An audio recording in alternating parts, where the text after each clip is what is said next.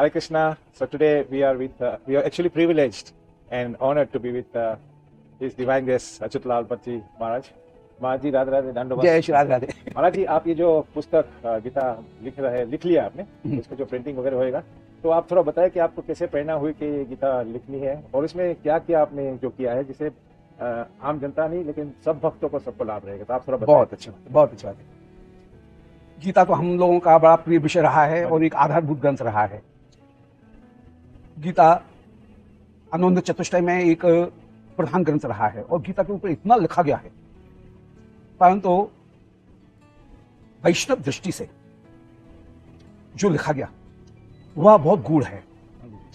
और विशेष रूप से जब मैं गीता की विभिन्न टीकाओं को देख रहा था तो उस समय मुझे ऐसा लगा कि वह योग और ज्ञान या व्यावहारिक रूप में गीता का जैसे कहीं प्रयोग किया जाए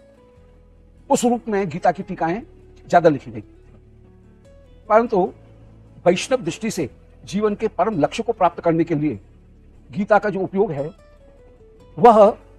पर्याप्त मात्रा में संस्कृत में लिखा गया। और इनमें मुझे ऐसा लगा कि श्री विश्वनाथ चक्रवर्ती जी की टीका और श्री बलदेव विद्याभूषण की टीका, जिसमें श्री जीव गोस्वामी जी के विचारों का भी सार था, वह सबसे अधिक परिपक्व गीता का विचार था। और परिपक्वतम गीता का विचार वह संस्कृत में था। यद्यपि श्री विश्वनाथ चक्रवर्ती जी की टीका उसका भी अनुवाद हुआ, श्री स्वामी की टीका का भी अनुवाद हो गया जो भक्ति की दृष्टि से लिखी गई। बलदेव विद्याभूषण की टीका का कहीं अनुवाद नहीं हुआ था, परंतु गीता में इतना ओवरलैपिंग, एक वस्तु के साथ में दूसरी वस्तु को अपने आलिंगन में लेते हुए आगे चलने की प्रवृत्ति इतनी ज्यादा रही कि एक एक विचार स्पष्ट रूप से कहीं सामने नहीं आए। ऐसी स्थिति में मुझे लगा कि गीता की जो टीकाएं, जैसे गीता तिलक, बाल गंगाधर तिलक इत्यादि ने जो टीकाएं लिखी, उनका उपयोग केवल स्वतंत्रता संग्राम में हुआ और उनका व्यावहारिक जीवन के लिए तो उपयोग हुआ, परंतु जीवन के परम लक्ष्य के लिए गीता का जो उपयोग होना चाहिए, सर्वोत्तम लक्ष्य के लिए जो गीता का उपयोग होना चाहिए, वो उन व्यावहारिक टीकाओं में नहीं है। इसी तरह से ज्ञान मार्ग की दृष्टि से जो टीकाएं लिखी गई, श्री मत्स्वंत सरस्वती, श्री स्वामीपाद, श्री शंकराचार्य, तो उनकी टीकाओं में कहीं मोक्ष की प्रवृत्ति को प्राप्त करने के लिए तो मार्ग बताया गया, परंतु श्री कृष्ण के माधुर्य का आस्वादन करते हुए उसके लिए जो रस की पद्धति है और उस रस की पद्धति के अनुरूप अपने मन को ढालने की जो प्रवृत्ति थी वह उनमें भी प्राप्त नहीं हुई। यह एक बहुत बड़ा प्रयास कि दार्शनिक दृष्टि से एक पृष्ठभूमि प्रस्तुत करते हुए फिर उसकी रसात्मक पृष्ठभूमि और उसके लिए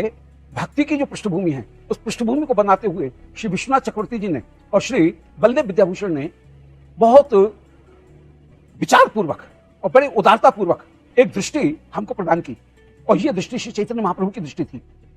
श्री चैतन्य महाप्रभु की दृष्टि, मुझे ऐसा लगता है कि वह इस युग का एक सर्वोत्तम दृष्टिकोण है, जो कि सर्वोत्तम उपास्य, सर्वोत्तम प्रयोजन और सर्वोत्तम साधन, इन तीनों को कहीं प्रस्तुत करने वाला है। और श्रीमद् महाप्रभु की उस दृष्टि को श्री बलदेव विद्याभूषण ने गीता भूषण भाष्य में और श्री विश्वनाथ चक्रवर्ती जी ने कहीं सार्थवर्षिणी में उस टीका का जो विवेचन किया वह एक सर्वोत्तम गीता का उपयोग है। और यदि उस सर्वोत्तम मूल्य को छोड़ करके गीता का प्रयोग यदि अन्य अन्य व्यावहारिक समाज की संरचना या केवल मोक्ष के प्राप्ति के लिए किया जाए तो यह गीता के साथ में पूरा न्याय नहीं होगा, गीता के साथ में संपूर्ण न्याय होगा तब जबकि हम गीता से सर्वोत्तम वस्तु, सर्वोत्तम प्रयोजन को प्राप्त कर सकें। इसलिए विश्वनाथ चक्रवर्ती जी को और श्री बलदेव विद्याभूषण को जब हम पढ़ते रहे अपने विद्यार्थी जीवन में और अपने बात के भी जीवन में, तो ये लगा कि गीता का के साथ में इन्होंने बहुत सुंदर न्याय किया है और एक सर्वोत्तम वस्तु को प्रदान करने का प्रयास किया है। परंतु इन दोनों ही विद्वानों की टीकाओं का एक ऐसा सार जो कि संक्षेप में हमको प्राप्त हो जाए, जिसमें जहां विस्तार है उस विस्तार को, गीता में कोई भी एक भी अक्षर ऐसा नहीं है कि जिसको हम निरर्थक कहें, है तो सारे अक्षर, सारी ही वस्तुएं परम सार्थक, परंतु फिर भी सार का भी सार रूप में संक्षेप में हम श्री गीता के तात्पर्य को समझ सकें, इसके लिए ये दोनों टीकाएं बहुत आवश्यकता थी। मैंने जो श्रीमद् भागवत की ये टीका लिखी, श्री भगवत गीता की जो टीका लिखी है, वो टीका में ये दृष्टि रही है कि श्री विश्वनाथ चक्रवर्ती और श्री बलदेव विद्याभूषण, इनकी वस्तुओं को लेकर के कोई परपट या उनके भाव को लेकर के प्रस्तुत किया जाए, ऐसा नहीं। उनके मूल का भी हमें आस्वादन प्राप्त होता रहे और हम कहीं मूल से जाए नहीं, उसमें अपनी बुद्धि का हम अनावश्यक प्रयोग करके उसे किसी दूसरे की वस्तु को अपनी बना करके प्रस्तुत न करें, बल्कि जो वस्तु है उसको वैसे ही हम प्रस्तुत करें। तो इस दृष्टि से श्री बलदेव विद्याभूषण और विश्वनाथ चक्रवर्ती जी, इन दोनों के साथ में पूर्ण न्याय करते हुए और उसमें कहीं अन्य दूसरी वस्तुओं को न थोपते हुए, उनके साथ में कहीं विचारों का घालमेल न करते हुए, उनके टकसाली मूल विचार, उन मूल विचारों को कहीं हम प्रस्तुत कर सकें, इसकी बहुत ज्यादा आवश्यकता थी। गीता की यदि यों की त्यों उन टीकाओं को लिया जाए तो बहुत बड़ा विस्तार हो जाता है, और बहुत बड़ा विस्तार होने पर, उस विस्तार होने पर व्यक्ति की एक अध्येता की उसमें रुचि होती नहीं है। वो ये चाहता है कि हमें सार की वस्तु प्राप्त हो जाए और अब हमारी एकाग्रता कहीं टूटे नहीं। गीता में किसी एक वस्तु का वर्णन करते हुए दूसरी वस्तु भी प्रसंगानुसार आ जाती है, और उस प्रसंगानुसार वस्तु का जहां विस्तार करने लगते हैं तो मूल विषय कहीं छूट जाता है। ऐसा न हो और हमारी जो यात्रा है उसकी गति एक सी बनी रहे, वो कहीं भटके नहीं। तो उस भटकाव से बचा करके और सरल भाषा में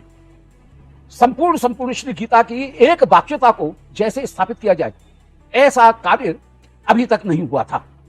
गीता की एक वाक्यता का स्थापन करने का यह एक प्रयास है, वो भी सरलतम भाषा में, और वो भी आचार्यों के अक्षर से अपने आप को न हटाते हुए, उनके साथ में पूर्ण न्याय करते हुए इस वस्तु को प्रस्तुत किया गया। जो विवरण की जितनी भी वस्तुएं थी या विस्तार की जो वस्तुएं थी, उनको वहां पर छोड़ दिया गया और केवल क्रमबद्ध सोपानबद्ध होकर के हम एक अध्याय का दूसरे अध्याय के साथ में संपर्क स्थापित करते हुए, उनको एक सोपान की तरह से प्रस्तुत करते हुए हम प्रस्तुत कर सकें, उनको विच्छिन्न रूप में अलग अलग न देखें। ये कुछ दृष्टियां रहीं जिन दृष्टियों के कारण इसको लिखा गया। तो श्री विश्वनाथ चक्रवर्ती श्रीमद् महाप्रभु के सिद्धांत को मूल रूप में प्रस्तुत करना, गीता में एक वाक्यता का स्थापन करना, गीता का सर्वोत्तम जो उद्देश्य है, उस सर्वोत्तम उद्देश्य और सर्वोत्तम प्रयोजन पदार्थ, उसके साधन को कहीं प्रस्तुत करना, वो भी सरलतम भाषा में प्रस्तुत करना, और जो ब्यौरे हैं उन ब्यौरों को छोड़ते हुए मूल लक्ष्य के साथ में अपने आप को बांधे रखना। तो मधुर और संक्षिप्त ये दोनों प्रवृत्तियों को अपनाते हुए इस को लिखने का प्रयास किया गया। और मैं ऐसा सोचता हूं कि यदि इस ग्रंथ को यदि कोई पढ़ लेगा तो उसको वैष्णव दृष्टि एकदम स्पष्ट हो जाएगी। अन्यथा अन्य टीकाओं को पढ़ने पर कभी वो ज्ञान की ओर भागेगा, कभी वह योग की ओर भागेगा, कभी कर्म की ओर भागेगा, परंतु इन सबों का तुलनात्मक अध्ययन करते हुए अपने लक्ष्य की ओर लक्ष्यानुबंधी होना, यह बहुत बड़ी बात है। और वो लक्ष्यानुबंधी बनाने का और संक्षेप में मितम च सारम च वचो वाग्मिता के साथ में किसी बात को प्रस्तुत करने का यह प्रयास रहा है। श्री प्रभु के चरणों में यह प्रार्थना है कि उनकी कृपा से ये लिखा गया, उनकी प्रेरणा से ही लिखा गया, और जब यह विद्वानों के हाथ में जाएगा तो जरूर विद्वान इसको पसंद करेंगे और अध्ययन करने में यह अनुवाद बहुत अधिक उपयोगी होगा, जहां पर टू द पॉइंट लक्षानुबंधी होकर के व्यक्ति सरलता से उन वस्तुओं को प्राप्त कर सकेगा।